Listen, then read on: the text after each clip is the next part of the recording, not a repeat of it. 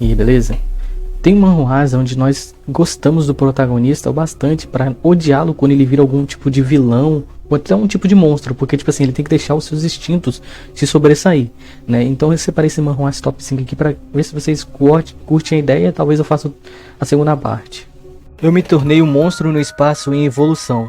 Ao som de gritos e medo e desespero que exalavam por toda parte, um grupo de operações especiais foram acordado. A sua base havia sido invadida. Eles caminhando pelo aquele corredor viram uma espécie de gosma, mas aqueles bravos soldados seguiram adiante. Ao adentrarem no local, viram vários corpos, mas eles ouviram o som de um grito pedindo socorro debaixo daqueles corpos. Bravamente aqueles soldados foram ajudar aquela pobre pessoa que estava pedindo socorro naquele momento. Só que na verdade não era um humano que residia naquele local, sim uma criatura.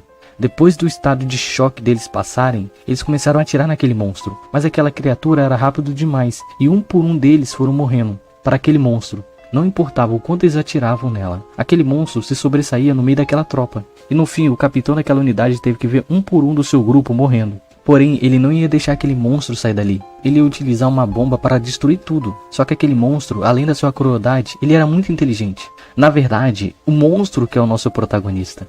Vamos voltar um pouquinho no tempo. Esse não é um mundo real, esse é um jogo. O nosso protagonista adorava jogar esse jogo. Esse jogo se baseava em destruição ou salvação. Nesse mundo você poderia escolher os humanos para salvar o mundo, ou você poderia escolher os monstros. Só que o nosso protagonista era fascinado por monstros, então ele sempre escolhia os monstros para destruir o mundo. Só que teve uma atualização naquele jogo. O monstro com as mesmas características do Alien X foi adaptado ali dentro daquele mundo. Mas era bom demais para ser verdade. Essa criatura, ele começava muito fraco por causa da sua evolução genética. Então ela sempre morria no começo do jogo. Mas mesmo assim os protagonistas amavam jogar com ela. E o seu fascínio fez ele virar um monstro dentro daquele jogo. Ele virou um filhote do Alien X. E agora ele precisa sobreviver. Depois de trocar de pele, ele foi atrás de comida, porque o seu senso comum pedia comida. Mas por sorte ele achou comida humana, mas não era tão bom para sua evolução. Mas era melhor do que nada. Só que passou uma barata por ele. E como algo gravado em sua genética, ele matou aquela barata sem dó nem piedade e devorou ela. E nesse momento uma verdade veio à tona. Ele só pode evoluir e crescer assim que ele devorar. E ele consegue absorver também as características daquele monstro que ele devorou. E ele pensa, quem sabe assim, ele zerando o jogo, destruindo tudo, ele pode voltar para o mundo real. Jogador incomparável. Tudo começa com Liu Shen, que havia sofrido um acidente e perdido parcialmente as suas memórias. Como se ele estivesse num piloto automático, ele caminhou até sua casa. Ao chegar em sua porta, uma caixa de lembranças estava à sua espera. Como se fosse uma reprise. Ao abrir a caixa, Liu Shen vê fotos que trouxe para ele uma lembrança feliz.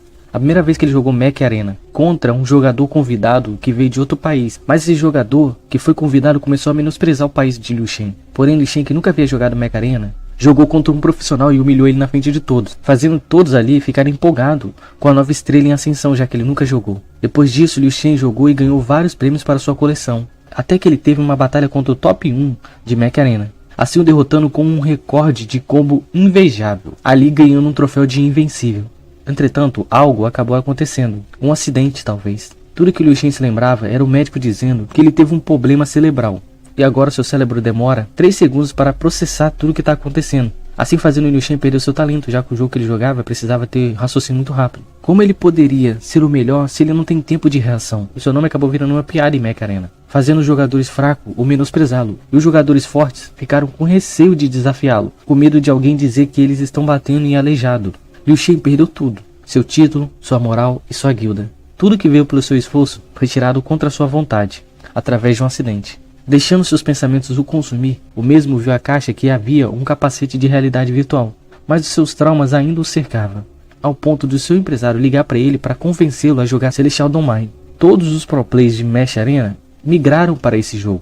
Assim Liu Shen poderia retornar à sua confiança. Depois de muita insistência, o Prota resolveu jogar. Na sala de seleção, Liu Shen mudou seu nick, já que seu nome caiu em desgraça. Por causa da sua tristeza profunda, ele desbloqueou uma classe secreta, Cavaleiro da Morte. Mas não era como ele esperava. Ele virou um esqueleto, mas não deu nem tempo dele respirar. Ele já ganhou uma missão, matar 20 coelhos. Só que algo acabou acontecendo, porque quando ele matava os coelhos, as suas memórias retornavam sobre o seu acidente. Um carro, um taco de beisebol. E Liu Shen se lembra que o médico disse para ele que suas memórias poderiam voltar. Será que não foi um acidente, e sim uma tentativa de homicídio?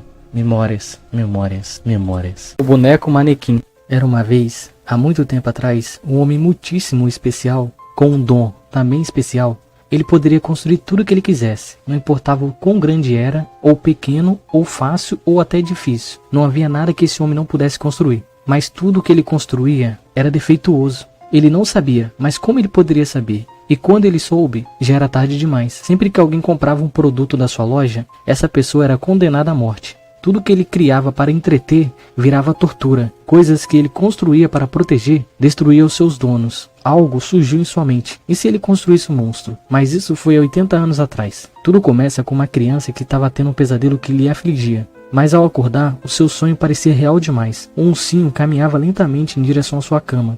O seu corpo permanecia imóvel naquela situação macabra. De um ursinho fofinho, uma criatura surgiu em seu semblante. Yumi, sem força nenhuma para se mexer, devido ao seu choque, ela se lembrava das palavras do seu avô, dizendo para ela correr para o porão da casa. Isso deu forças para ela acordar do seu sonho lúcido. Será mesmo que aquilo foi um sonho? O avô de Yumi morreu.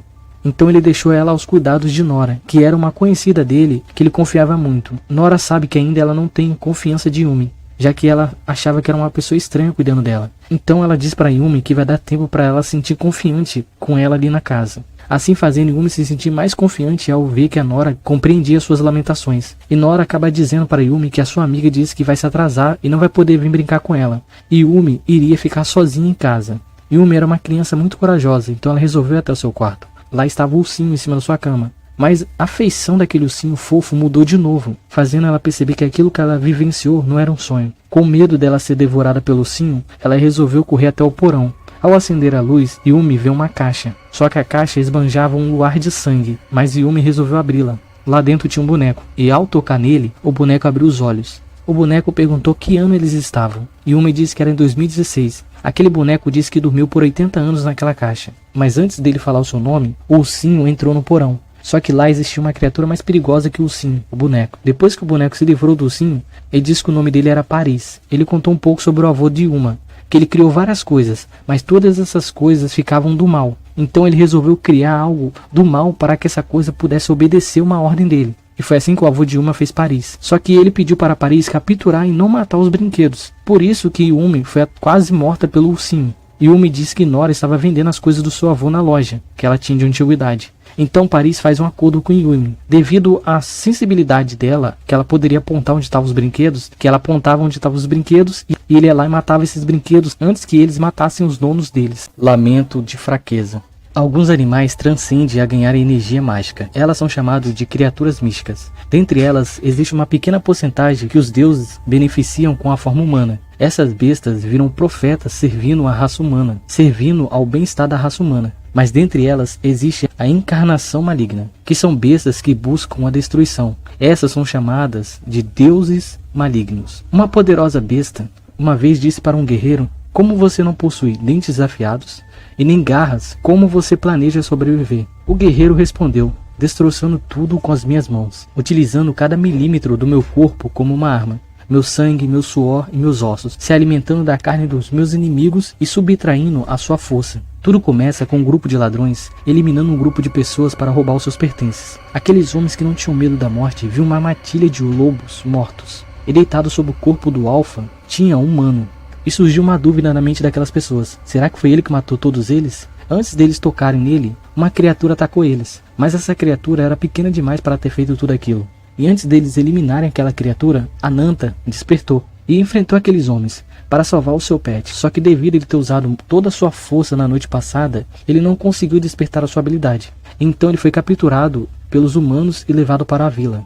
O chefe da vila ficou bem intrigado. Como um humano conseguiu matar um lobo? Porém, um dos ladrões disse que Ananta era uma besta maligna. E ele que era um monstro que estava matando os humanos e as bestas e roubando o seu corpo e transformando eles em mortos-vivos. Só que antes deles pensar, a verdadeira besta maligna emergiu e mostrou que Ananta não era aquele culpado que eles procuram. Os humanos não têm nem chance contra as bestas mágicas, principalmente contra as bestas malignas. Por sorte, Ananta estava ali. Por que ele escolheu esse caminho? Isso tudo foi para completar a sua vingança. Ananta era o último descendente do dragão negro. E a sua vila foi massacrada. Ele perdeu a sua irmã no processo. E tudo por causa de uma besta chamada Asas. Agora ele vaga uma vida infeliz em busca da sua vingança contra o Asas. Eu fico mais forte, devorando tudo. Tudo começa com Kim se preparando para mais uma caçada.